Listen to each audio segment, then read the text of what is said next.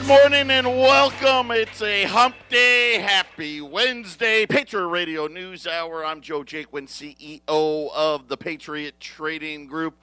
And our toll-free number, 800-951-0592. The website at allamericangold.com. And what another, just another day in the life here. Wall Street, oblivious. It's like the lifestyle of the rich and famous, right? The Wall Street crowd. Apple is a $2 trillion company now as it dominates the financial well-being. Jim Cramer, if you caught him this morning, if you're an Idiot Box listener, he is the main personality. Notice how he said personality, right? Because he's not a reporter. He's a personality. His job is to keep you interested in buying stocks. Was out today and said, hey, the stock market in Main Street, not even close. Really had some scary words about what the real health of America is, and I agree with him. I mean, when you look underneath it and you see what I see, you see what he sees. Not a great picture. We're going to talk about Vegas today. How about Florida? We haven't talked a lot about Florida. Disney, I think that's Disney World, right? Disneyland in California, that hasn't opened. Disney World in Florida, it was, the partial open. It's been so bad there that they've actually closed two of the hotels that they had opened, that normally if they would have gotten the full crowd that they were going to allow, those hotels would have been full. They've shut them. They've reduced the park hours. In other words, now the parks aren't even open as long. Epcot closing 2 hours earlier. All the other parks an hour earlier. More layoffs now. They're starting to lay people off there. Things like that get you worried. Like Las Vegas, huge problems there. And, of course, I was telling you right from the get-go, because I've got friends that do the Vegas thing, ghost town. And now you have to start worrying about where's all the money going to come from. We had earnings out from Walmart yesterday. They were spectacular. I mean, they really were. I was like, wow. And I knew, a lot of people were, buying that toilet paper at Walmart. But they put a note in that said sales in August have taken a dramatic fall. Of course, what's happened, right? No one's got any money. The extra $600 as of today, and remember I told you this was going to be difficult. As of today, only 7 states have even said that they will follow the executive order. All 7 of the states that said yes have all declined to do the extra $100. So the most people are going to get is $300. The problem is, even for those 7 states, I've already told you this, there's the red tape nightmare. So they really, by the time that ever really happens, they need Congress to act. Here's the problem, though. Congress isn't there. They're gone. They left. They went home. We'll see. I'm telling you right now, something really stinks to high heaven. And the thing that makes me angry is they always bail out Wall Street. They very rarely bail us out. And again, there should be no bailouts. Obviously, there should. I mean, freedom and prosperity are gained through what? Through failure. I mean, it is. You got to fail. You pick yourself up and you keep going. And now, think about this. Think about the world we're living in today. You're a business owner. And you know how hard it is. And you got to have the chutzpah you got to have to say, you know what, I'm going to quit my job and I'm going to rely on me. Right? This is what America was founded on. And all of a sudden, you're a bar owner. You can't open. You're a gym, right? You're a gym. You can't open. And I know a lot of guys out there, and I'm not going to mention any names, but they're running it. They're opening anyway because they got to feed themselves. They got to feed their family. But the big time gyms, they can't open. Can't open. I mean, did you ever imagine we would live in an age where we're telling people, sorry, you can't earn a living. You cannot pursue happiness in the United States. And this is really, what we're up against here. And you start to think about the message that it sends. Right? And I've already talked to you about the millennials and how this is the second time they've been told you don't have to pay your bills. And now think about the small business guy. And let's face it, this is really and this was what Kramer was talking about. For the S&P 500 and the NASDAQ and the Dow Jones, that's fantasy land. Right? 80% of America is small business. Still is. And you're now telling a guy, hey, don't open a business. Don't open. Don't take the risk. I mean, isn't that the message? Because you don't know, hey, government could close you down. And then, you think about, hey, I got employees. I got my family. I got their families. And the burden is immense, believe me. And all you small business owners, you know it. There's always times when it gets something, right? It keeps you up at night. Right? You don't want to lay people off. Right? These people, they work for you. A lot of them, they work for you for years. Right? They become part of the fabric of your business, part of your family, and it's just, it's dangerous times. Really, really is. Patriot Radio News Hour. When we get back, we're going to talk about how many people we're really talking about that aren't paying their mortgages. We'll talk about that next. 800-951-0592, Treasury Secretary Steve Mnuchin. Now, remember yesterday they were talking about a skinny deal. Now he's saying that the Democrats are just unwilling to make a reasonable deal. And I'm going to tell you why they're unwilling. It's much, much bigger than we thought. Yesterday I told you about FHA, the biggest jump on record for people not paying their mortgages. 15% of all FHA loans are no longer being paid. And now we're starting to get all the government agencies. They're like, yeah, Fannie, Freddie, Ginnie Mae, all of them are reporting very, very similar statistics. And again, what did they think was going to happen? But here's something we haven't talked about. What about the renters? Now, according to government data, about 40% of the country are renters. So 60% are homeowners, 40% are renters. And really, most of these quote-unquote homeowners, they're glorified renters, right? I mean, that's just what it is. In Las Vegas, they're saying that the tsunami will start next month. But according to eviction tracking nationwide, this is all just for renters. 40 million people are at risk of eviction nationwide. This is the Aspen Institute put the data together. So 40 million renters are not paying. Right? We don't know how long. Some of them, maybe August was your first time. For a lot of them, though, they haven't been paying since March or April, and now the government moratoriums are over. States, it depends on the state. Some states have extended, some states haven't extended, but now it's at the point, think about if you're a landlord. Hey, I got to pay the mortgage on this property that's being rented. I got to get this person out of there. I don't want to get him out of there, but I got to be able to pay. Las Vegas, maybe one of the cities hardest hit. They're saying that 47% of the households in Clark County are residents. So Clark County, that's Las Vegas. Okay, so that county alone, they're higher than the national average. The national average is 40%. Clark County, hey, about half the population rents. According to the estimates, 38%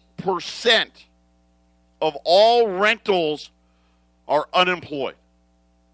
38% of the renters are unemployed. I mean, this is a massive, massive number, and it doesn't matter. Pick your city. Now, maybe you don't have 50% of your population as renters. But if you look at it and say, okay, 40% of the people that live in my town, that live in my city, that live in my state, rent. And of that, 30 to 40% of them aren't paying. These are unprecedented numbers. Because you got to remember, here's the thing, you got to follow the chain. First of all, it's horrible for these people. What a horrible position to be in. And you start thinking about, okay, that's bad. But then you think about the loans. Who owns the loans on these apartment complexes? Who owns the loans on these houses? Who owns the loans on these condos, right? I mean, there's a daisy chain here.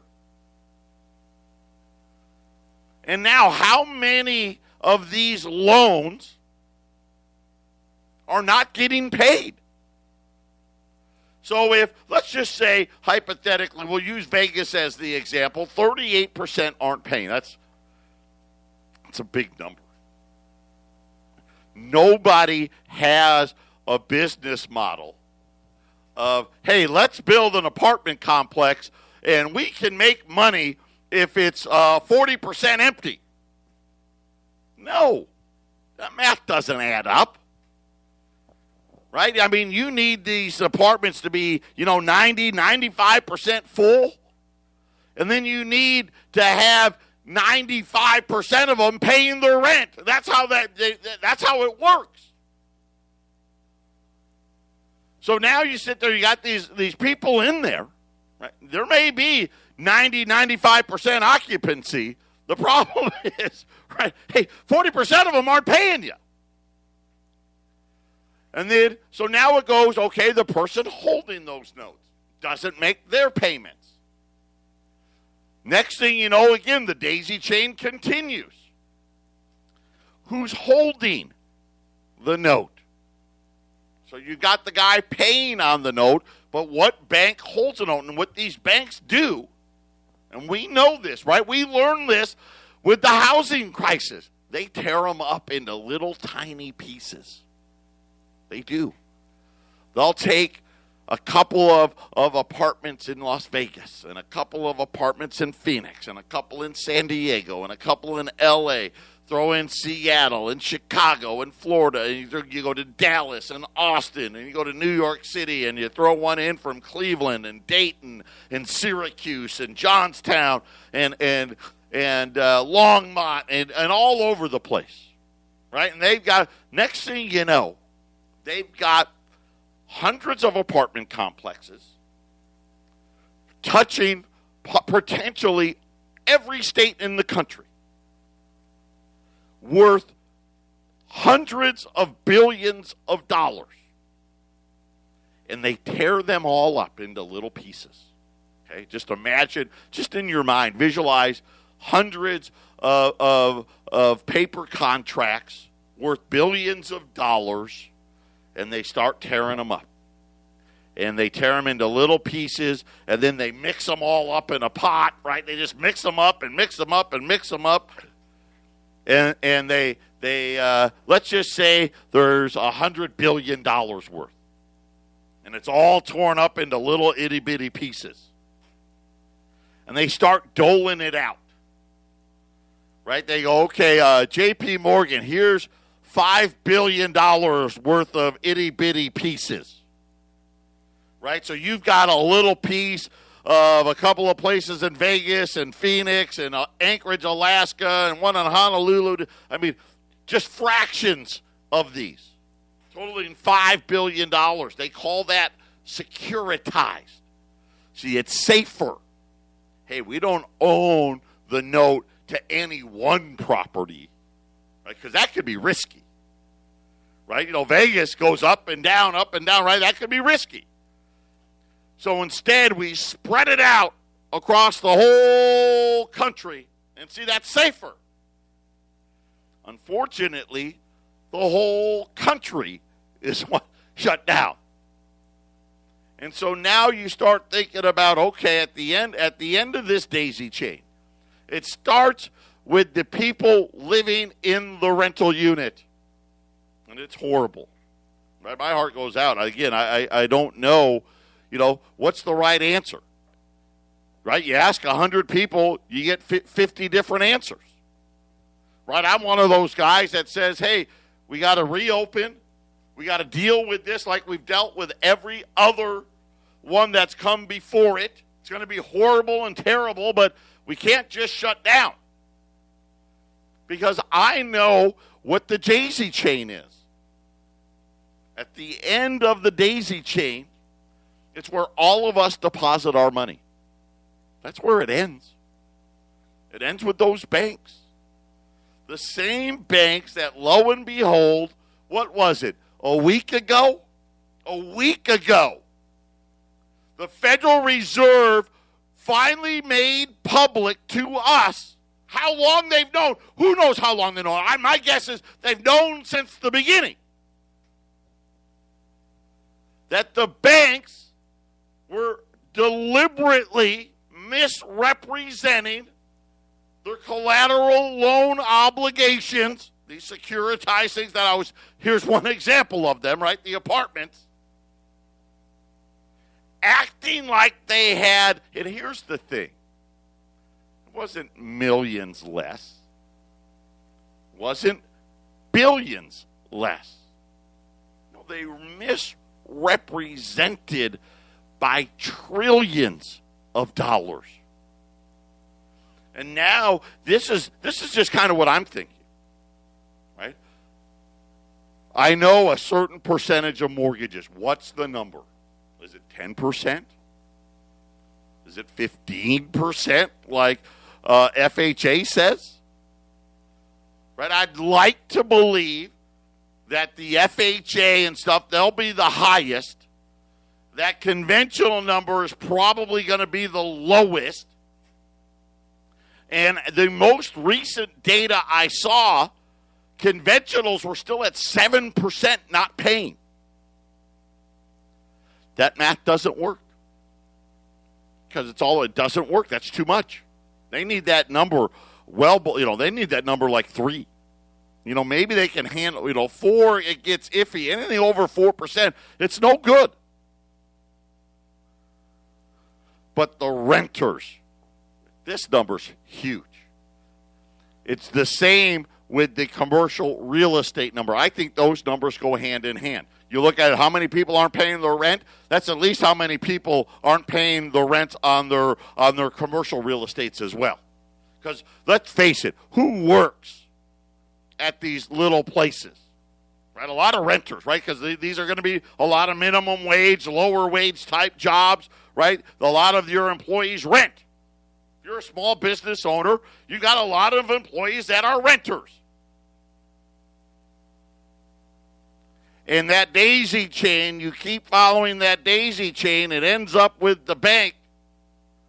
And the bank's been lying the whole time about what their real obligations are. What all happens now, right? The government's giving them a pass by putting the quote-unquote moratorium on it. And then you got guys like Jim Cramer coming out on TV today saying, hey, listen, we've got a V-shaped recovery in one place. Wall Street. That's it. Everywhere else, there is no recovery. And again, I don't know how it's all going to play out. I mean, when you look at the numbers out of Las Vegas, they're saying that in the next 15 days, you could see a massive wave of people being thrown out of their properties. And now you're starting to look at it and you're saying, okay, according to the numbers in Las Vegas, 249,700 people could be evicted. Okay, that's their number. So 250,000 people in Las Vegas alone. What do we do with them? Where do they go? Where do they end up? And you start to understand this is just one city. And I know Vegas has a higher percentage of renter, but not by that. I mean, 40 to 47, okay, it's a little higher.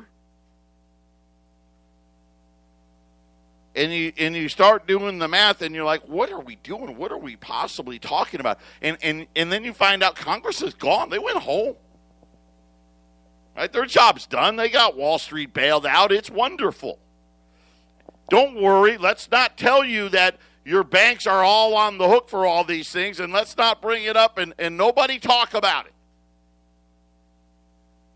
It's a problem. I don't know. I don't have the answer. I just give you the numbers. This is what the realities are.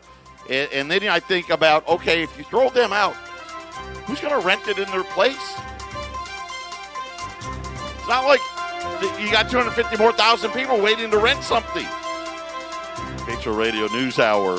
You see what the problem is. We'll be back after the break. 800-951-0592. You know what's interesting is today is Fed Day. You know, this is how unimportant it's become. I didn't even know it was the Fed meeting was happening. So normally, they have the 2-day meeting, the press conference. Gold's down today, and I couldn't understand. Why is gold down? Oh, it's the Fed meeting. Of course. And I wonder if Jay Powell's going to talk about this. I bet you he doesn't. Now, here's the one thing I will tell you. I believe he is going to be very, very, very, very, very, very dovish. The pullback today, I expect it to be short-lived. We'll see. But I expect it to be incredibly dovish. That's, in other words, the data they're looking at doesn't look very good. It's going to be, I don't know what they're going to say. I'm thinking that they're probably going to put the blame on Congress and saying, hey, it's up to the government now. They've done all they can, right? We've tried to backstop it all. I mean, I don't know. But that's at 2:30 Eastern, so we'll see what happens there. But that's my expectations is they're going to come out and forget about rate hikes. No one's even going to talk about a rate hike. There's not a rate hike as far as the eye can see. Will they address their balance sheet? I think they'll do their best to minimize that. They don't want to tell you. They'll want to tell you, oh, well, lately it's not that bad. It's not growing that fast. Which it isn't, right? I mean, obviously we went from $4 trillion to $7 trillion almost overnight. So, yeah, it's not growing that fast. But all the data points are starting to look like we should expect a massive increase in the Fed's balance sheet because I don't know where all these derivatives go. I mean, right now, who's buying an apartment's derivative? Anybody? Right? You buying it? Right? You buying mortgage-backed securities right now? Are you really? Right? So the Fed has been the one that's been promising to buy this stuff. It'll be interesting. I don't know. I mean, just based on the numbers, I got to believe a lot of these REITs and these securitizations, which don't trade very often, are way underwater. And if the bank had to mark to market, the losses would be in the hundreds of billions, and for a lot of banks, it'll be in the trillions. It's going to be interesting. So that's at 2:30 today. How about Boeing? Things just keep getting worse. Cancellations continue to pile up. Boeing, which already announced 16,000 layoffs, announced yesterday that's not enough. That they're cutting production even farther, slowing down the amount of planes to be delivered for years now. Now, not only for 2020, 2021, now 2022. Boeing is hoping that more people will take the buyout instead of termination. Of the 16,000, the first round, only 5,500 took it. So only a third of the people took the buyouts. Everybody else is like, dude, I need a job. I need a job. And so Boeing's not releasing how many more layoffs are coming. But if I was a betting man, I would probably say, 5 to 10,000 more. And then remember the daisy chain there, all the people that supply Boeing. Right now, all of them got to react to that. Okay, well, I got to lay off. And we still have the airline industry itself and that next big wave of layoffs, which is due at the end of September. I don't know. Again, I think we're going to see jobless claims. They're going to be over 500,000 for a while. I mean, I know we just broke 1 million, but the days of 200, 225, 230,000, the lowered, those are gone. They're gone. And until we can open up and get going, I don't know what we're looking at. I mean, I don't know every state in the union. I don't. But most of these schools, they're not open. Right? It's virtual. Another stress, right, on the two-parent working household, or hey, I'm a single parent. I got to go to work, right? And the kids and all of this, I don't know.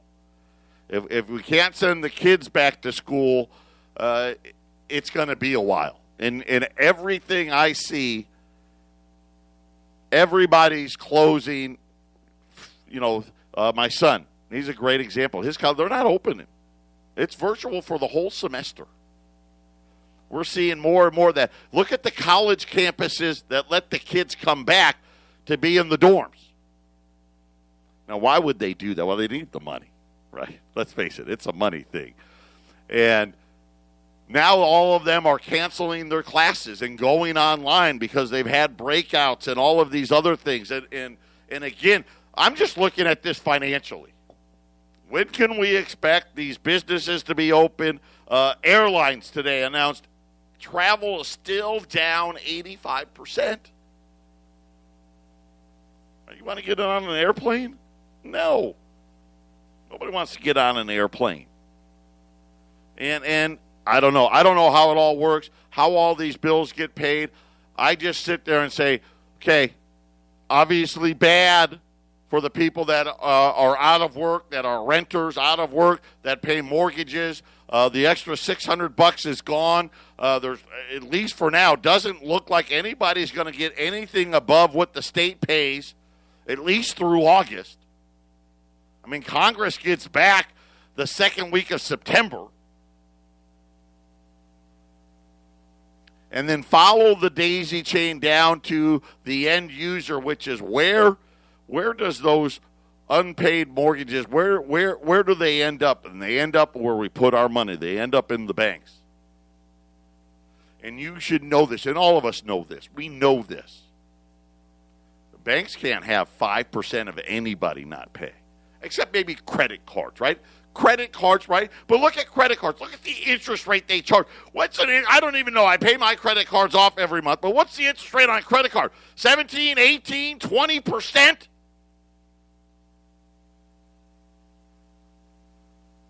Housing right now, what is it? Under 4%. Heck, I've heard some people got less than 3%.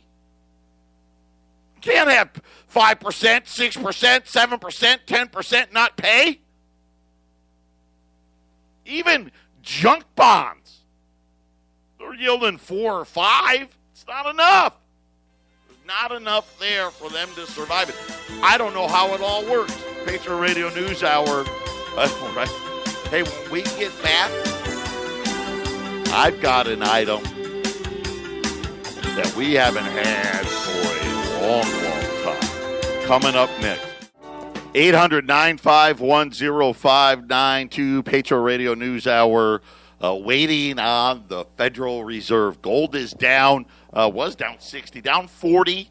Silver's down 60 cents. And again, get used to this. Get used to it.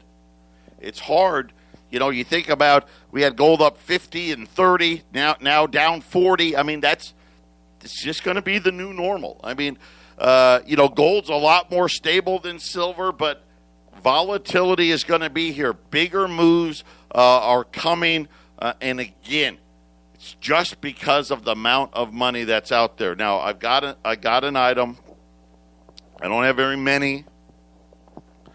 They're in Colorado. They're physically in our hands in Colorado. We're talking about the U.S. Silver Eagle, which all of you know. I've educated all of you. The Mint's not producing. Well, I shouldn't say they're not producing. They are.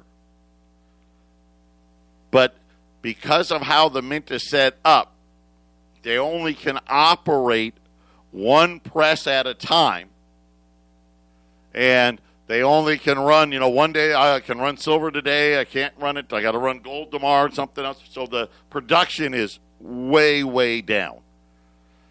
The U.S. Mint sells to bullion banks.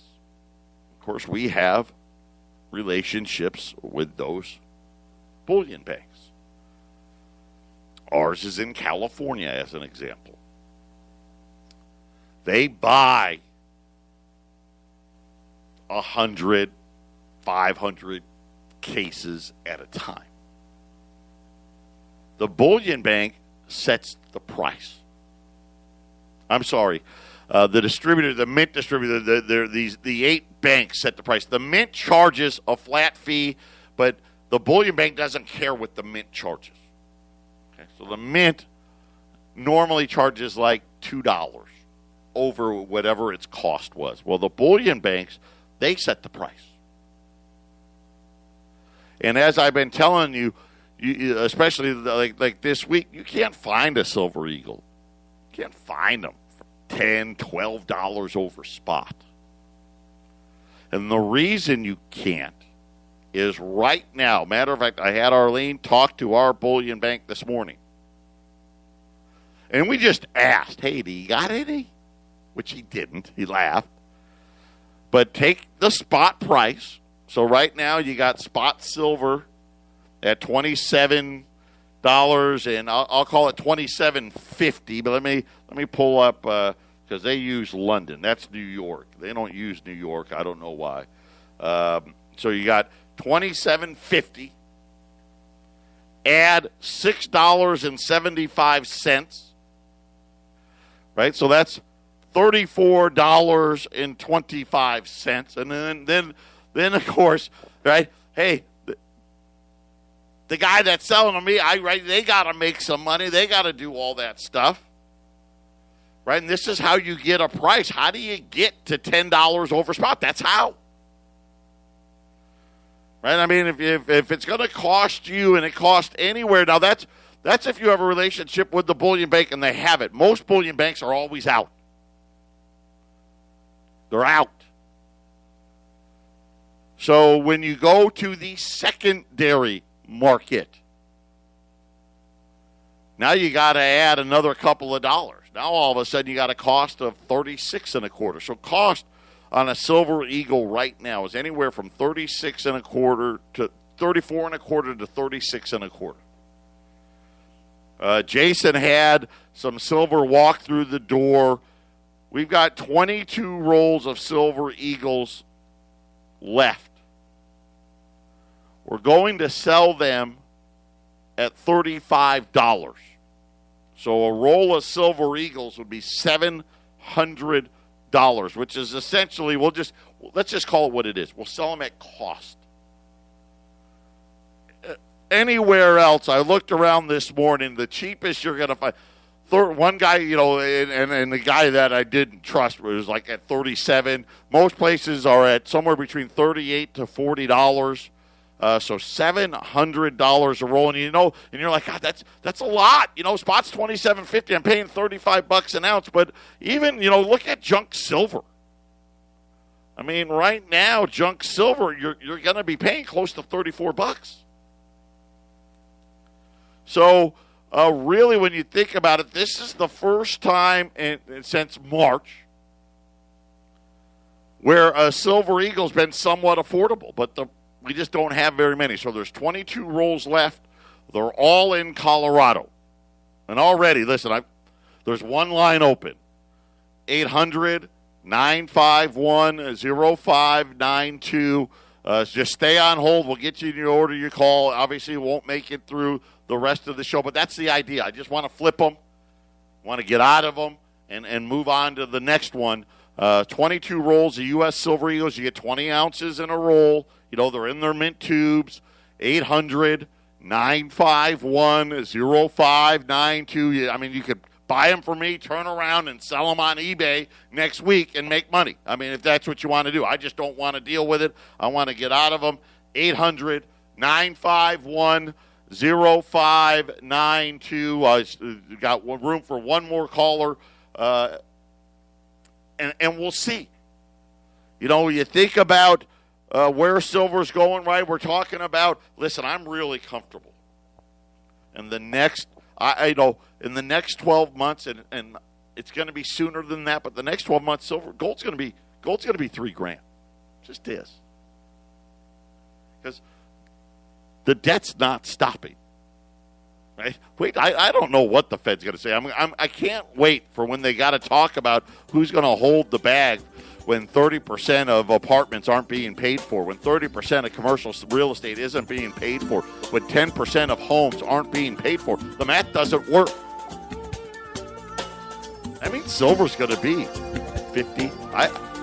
How about this? New all-time highs in silver is going to come 2021, right? 800-951-0592, Patriot Radio News Hour. One more segment on this Wednesday.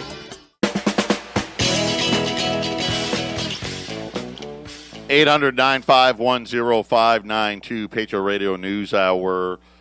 Try to get an update. Arlene is still working through the phones. I appreciate, too, most people are just buying 2 or 3 rolls, so others have that opportunity. That's really nice of you guys. I appreciate that.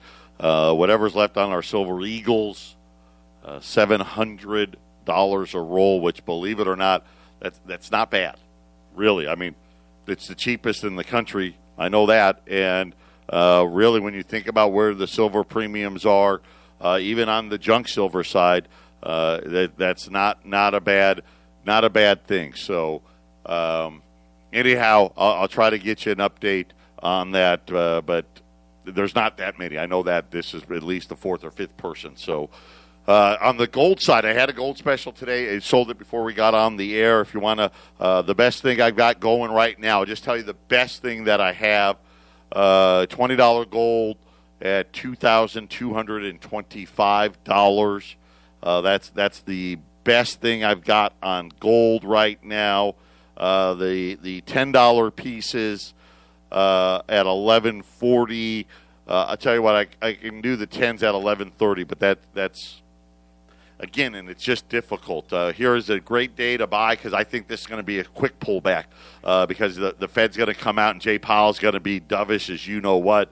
I don't think they'll talk negative rates. I don't think they'll talk about a digital currency. I think you'll hear them say, hey, we're here. We're going to backstop everything, blah, blah, blah. No rate cuts, right? Forget, we're not cutting rates in this year, next year, maybe the year after, right? I mean, they're going to do all of that. And try to dodge and avoid any other questions about who's going to eat all the losses, right? Who's going to eat all the losses? I mean, the jobs, the 30 million people aren't going back to work.